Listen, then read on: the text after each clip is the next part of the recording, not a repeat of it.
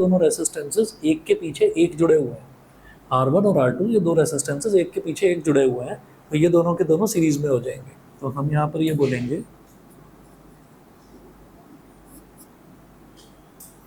The resistances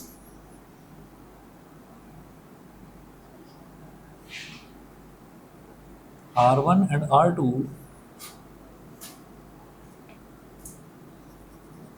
are in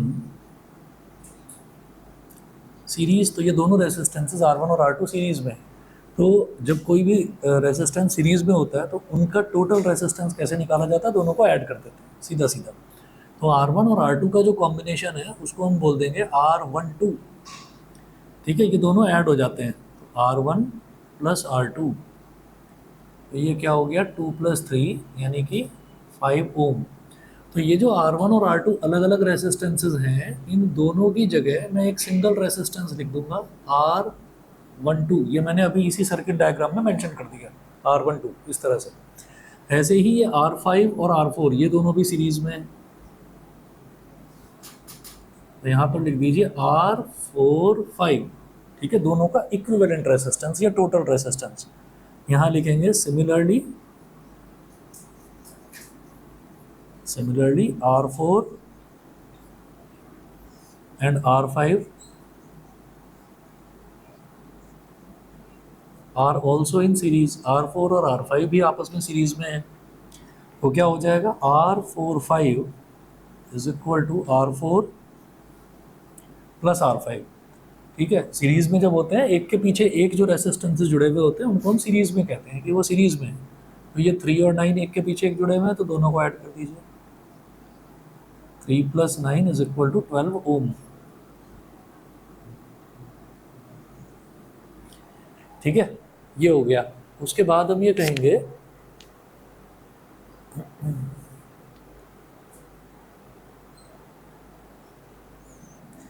ये करने के बाद में फिर आप यहाँ पर लिखेंगे इक्विवेलेंट सर्किट। जो भी कोई सर्किट होता है उसका एक इक्विवेलेंट सर्किट डायग्राम बनता है, तो यहाँ पर लिखेंगे इक्विवेलेंट सर्किट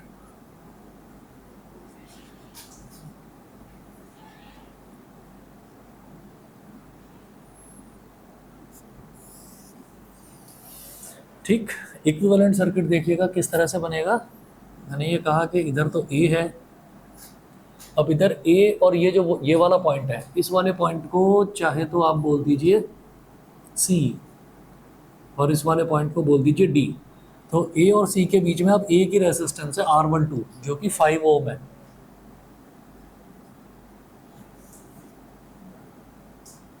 इधर लिखेंगे R12 और इसकी वैल्यू कितनी है 5 ओम। ऐसे ही इधर जो पॉइंट है वो है बी, और यहाँ बी और डी के बीच में ए की रेसिस्टेंस है वो है R45 जिसकी वैल्यू है 12 ओम। किसी को भी समझ में ना आए ना तो बता देना मेरे को। तो ये हो गया 12 ओम और ये क्या है, ये है R45। ये करने के बाद में अब जरा आप देखिएगा कि जैसे ये सी और डी है, तो सी और डी के बीच में एक ही रेसिस्टेंस है, इसमें हमने कोई चेंज करा ही नहीं है। तो ये R3 है 8 ओम, तो ये एज इट इज आ जाएगा। यहाँ लिखेंगे R3, इसकी वैल्यू है 8 ओम। फिर है R6 की वैल्यू है 4 ओम। फिर है R7, इसकी वैल्यू है 6 ओम। और फिर है R8,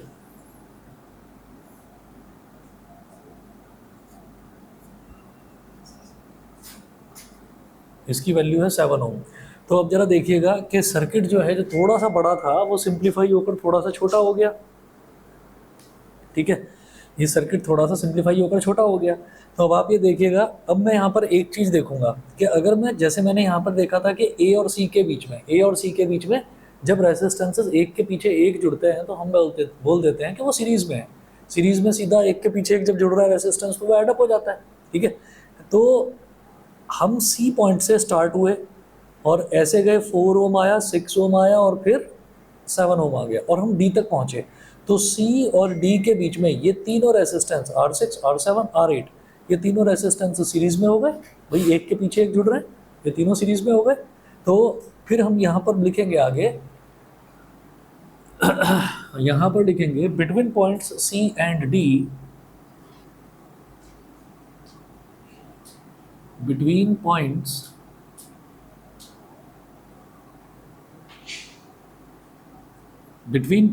C and D, the resistances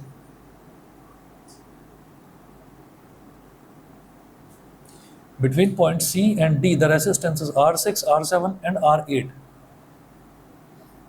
The resistances R6, R7 and R8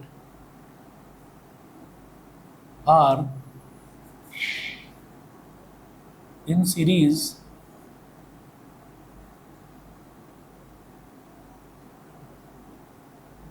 with each other. तो ये तीनों रेसिस्टेंसेज आपस में सीरीज में है, ठीक है, ये तीनों रेसिस्टेंसेज आपस में सीरीज में। जब रेसिस्टेंसेज सीरीज में होते हैं तो वो एड अप हो जाते हैं। तो हम लिखेंगे इन तीनों के कॉम्बिनेशन को, क्या लिख देंगे, R6, 7, 8। जैसे R4 और R5 को लिख दिया था R4, 5, R1 और R2 को लिख दिया था R1, 2, ऐसे ही R6, R7 और R8 को लिख देंगे R6, 7, 8। Therefore R6, 7, 8 is equal to R6 plus R7 plus R8। तो ये तीनों एडअप हो जाएंगे, 4 + 6 + 7, 4 + 6 is 10, 10 + 7 is 17 ओम। अब जरा बनाएंगे इक्विवेलेंट सर्किट।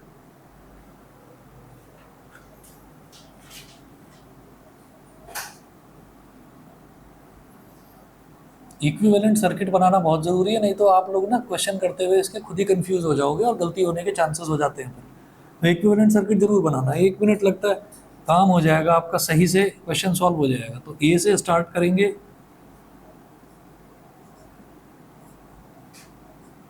और सी तक जाएंगे। तो ए से सी के बीच में रेसिस्टेंस है R12, 5 ओम, R12 ये है 5 ओम, ये वाला पॉइंट है सी। फिर इधर रेसिस्टेंस है R3 विच इज 8 ओम।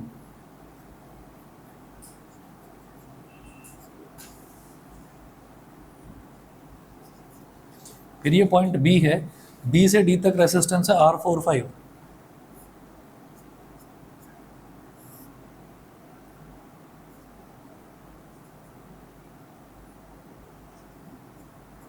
ये है 12 ओम।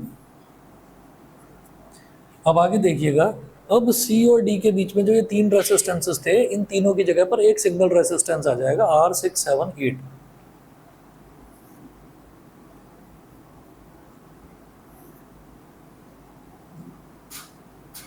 R6, 7, 8, और ये हो गया 17 ओम। समझ गए मेरी बात? ठीक है। अब जरा बताइए, अब सी और डी की अगर हम बात करें तो ये रेसिस्टेंस और ये रेसिस्टेंस, ये दोनों आपस में पैरेलल में हो गए, पैरेलल में दिखाई दे रहा है ना भाई। देखिए ये वाला जो रेसिस्टेंस है R3, इसका भी स्टार्टिंग पॉइंट और एंडिंग पॉइंट सेम है सी और डी के बीच में, और ये वाला जो रेसिस्टेंस है इसका भी स्टार्टिंग पॉइंट और इसका भी एंडिंग पॉइंट सेम है। तो जब रेसिस्टेंसेस के स्टार्टिंग पॉइंट और एंडिंग पॉइंट सेम होते हैं तो उनको हम बोल देते हैं कि ये पैरेलल में है, ठीक है। तो यहाँ कहेंगे R3 और R6, 7, 8 they are in parallel with each other. Now resistances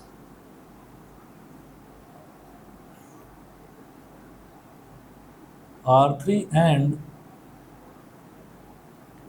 R6, 7, 8 are in parallel with each other,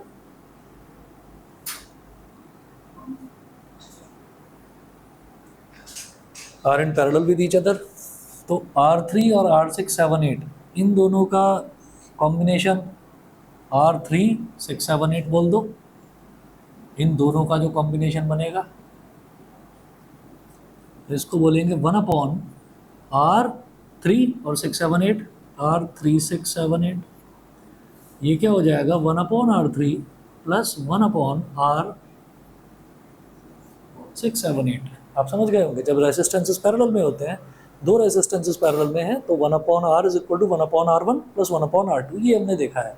तो यहाँ दो रेसिस्टेंसेस पैरेलल में हैं, तो 1/R3 plus 1/R678 is equal to इन दोनों का इक्विवेलेंट 1/R3678।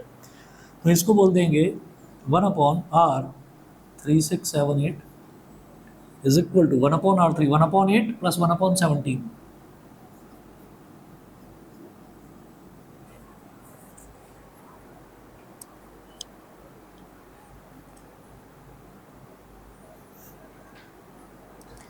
अब देखिए 1/8 प्लस 1/17 इसको करते हैं, इधर सिंप्लीफाई कर रहा हूँ, 1/R3678। अब ये 8 और 17 इसका एलसीएम क्या हो जाएगा भाई, दोनों ही बिल्कुल अलग अलग नंबर है, 17 तो इनफैक्ट प्राइम नंबर है। तो जब ऐसे दो नंबर जो बिल्कुल अलग अलग है उनका एलसीएम लेते हैं तो दोनों को मल्टीप्लाई कर देते हैं। 17 8 126 136 वाले 136। तो अब इन दोनों को आपस में मल्टीप्लाई कर दिया, 17 इधर 1 से मल्टीप्लाई हो जाएगा तो 17 प्लस ये 8 इधर 1 से मल्टीप्लाई हो जाएगा तो 8। तो ये हो गया 1/R3678 इज इक्वल टू 25/136। तो R, अब दोनों तरफ रेसिप्रोकल ले लो, R3678 इज इक्वल टू 136/25 ओम। ठीक है, तो ये जो है अब C और D के बीच में ये दो रेसिस्टेंसेस ना बनाकर एक रेसिस्टेंस बनाएंगे, वो एक रेसिस्टेंस ये होगा। ठीक है, अब मैं जो इक्विवेलेंट सर्किट बना रहा हूँ वो आखिरी बना रहा हूँ, अब इसके बाद ये सिंप्लीफाई हो जाएगा पूरा।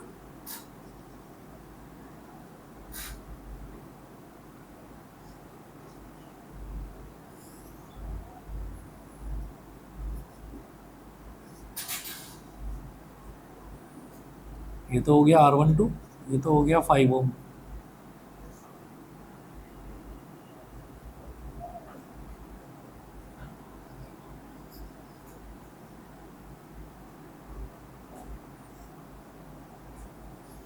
ये वाला पॉइंट C है, ये वाला पॉइंट D है, और ये आया हमारे पास R3678।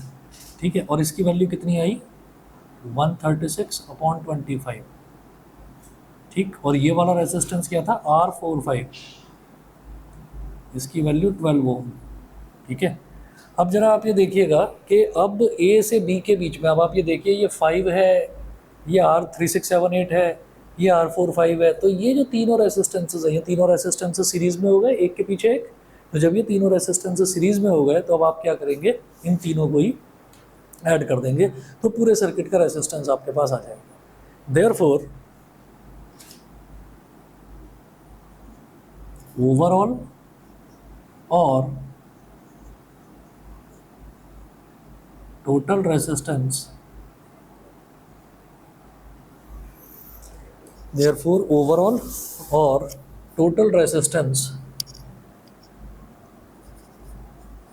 of the circuit R is equal to, क्योंकि तीनों ही अब सीरीज में है, R12 plus R3678 plus R45। ठीक है, ऑनलाइन वाले दोनों बच्चे बता दें भाई, क्लियर है यहाँ तक? Yes sir. सर इसमें आंसर में हमें सिंपलीफाई भी करना पड़ता है या फिर बस उसको छोड़ना पड़ता है? नहीं अगर नहीं ऐसे भी छोड़ सकते हैं, वैसे मैं इसको अभी सिंपलीफाई करवा रहा हूँ। ठीक है, देखिएगा कैसे होएगा। जैसे ये R12 है, R12 की वैल्यू 5 है, 5 प्लस अब ये R3678 ये क्या है 136/25 प्लस 12। क्या हुआ, बारिश हो रही है क्या बाहर? दिखाई नहीं दे रहा, लग रहा है जैसे हो रही है, नहीं हो रही।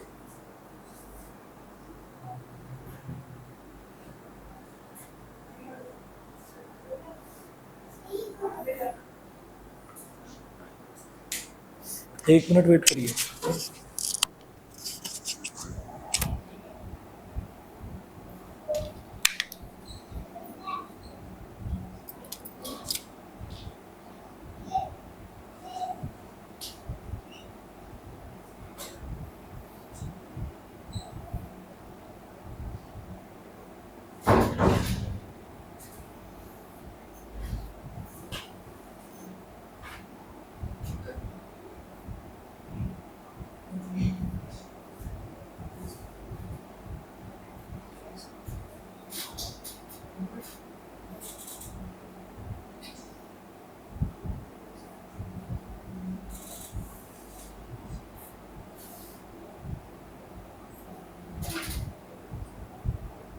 अब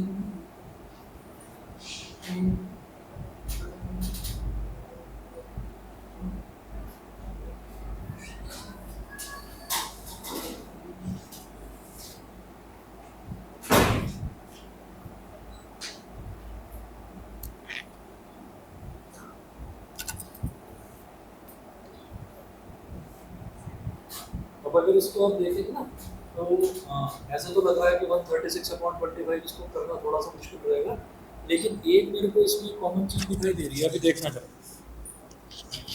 वैसे तो हो गया ये, पर आप इसको थोड़ा सा सिंप्लीफाई करके भी लिख दें तो सही रहेगा। 5 और 12 ये तो सीधा सीधा ऐड हो जाएगा ना, 17 प्लस दिस ऐसे करेंगे, ये मिटा रहा हूँ इधर से।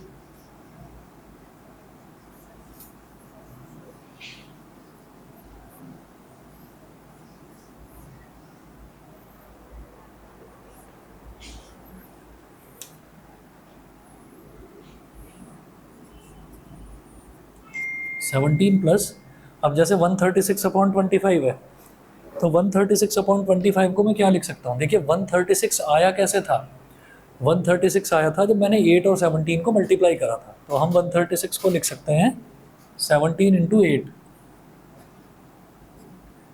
17 इंटू 8 लिखा जा सकता है। और डिनोमिनेटर में क्या है? 25, डिनोमिनेटर में चलिए 25 है। तो अब जब इन दोनों को हम ऐड कर रहे हैं तो हम ये कह सकते हैं इधर भी 17 है, न्यूमरेटर में इधर भी 17 है, तो 17 तो ले लिया कॉमन, तो ब्रैकेट में इधर क्या बचा 1 प्लस इधर क्या बचा 8/25। यहाँ तक समझ गए? ठीक है, फिर एलसीएम ले लीजिए। ये 17 तो इसको तो बाहर रहने दो, ये हो गया 25 1 जा 25 प्लस 8/25, तो ये बन गया 17 मल्टीप्लाइड बाई 25 प्लस 8 इज 33/25। हालांकि ऐसे करने का भी कोई फ़ायदा हुआ नहीं, मुझे लग रहा था कि थोड़ा ज़्यादा सिंप्लीफाई हो जाएगा, लेकिन रिजल्ट कुछ आया नहीं, ये पॉइंट्स में ही आएगा। 17 इंटू 33 करना है, तो 17 3 जा 51, 5 कैरी, 17 3 जा 51 और 5 56, तो 561/25 ओम्स। या तो ऐसे छोड़ दीजिए, ठीक है, और वैसे 25 से कोई भी नंबर डिवाइड हो ही जाता है, तो आप उसको यहाँ पर डिवाइड कर दीजिए। तो 25 1 जा 25, 25 2 जा 50, 25 2 जा 50, 56 माइनस 50 कितना हो जाएगा? 6, 6 1 61, अगेन 25 2 जा 50, 61 माइनस 50 इज 11, 11 के आगे 0 लगाएंगे 110, तो 25 4 जा 100, 110 माइनस 100 इज 10, 10 के आगे 0 लगाएंगे 100, 25 4 जा 100, तो ये 22.44 ओम्स। ठीक है, तो ये हमारे पास रेसिस्टेंस हो गया 22.44 ओम्स। क्लियर है?